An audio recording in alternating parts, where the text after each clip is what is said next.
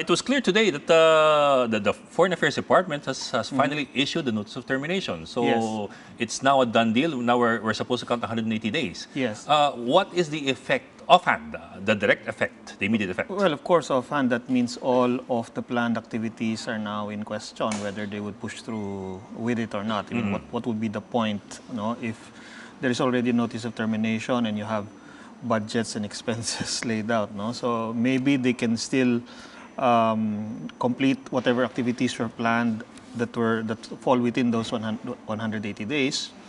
But afterwards, any further cooperation, any further activities, I would expect that they would then start drawing down on them. Yeah, but for the moment, we're only looking siguro at the joint activities or the exercises that involve visiting forces from Yes. the United States. Yes. I'm wondering if we see any effect on other collateral issues. For example, U.S. aid. I understand we have 4 Black Hawks coming in, as well as 4 Huey Cobras coming in second-hand from the United States as part of military assistance. Well, what about all these other things that are not directly related to the VFA, but maybe incidentals? Well, the other assistance packages that are tied perhaps to the other agreements like the military assistance agreement, or those might be able to push through.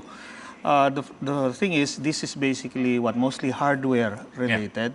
And you still need the software, the people, to be able to And the trainers. train and properly transition the AFP into using this equipment. And then you also have the follow-up maintenance, support, or assistance in making sure that these assets, which are very expensive and not easy to keep up, will be properly maintained by the armed forces. So that will have to be rethought.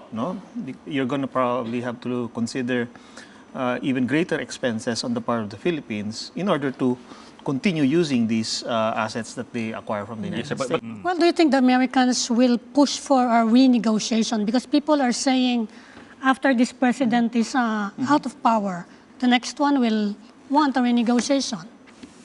That's very difficult to say. I mean, especially if on the American side they agree to just let it terminate, and the hawks there that don't like the Philippine-US alliance are the ones that drive that decision. It will be extremely difficult for us then to convince them that we can now again be a reliable partner.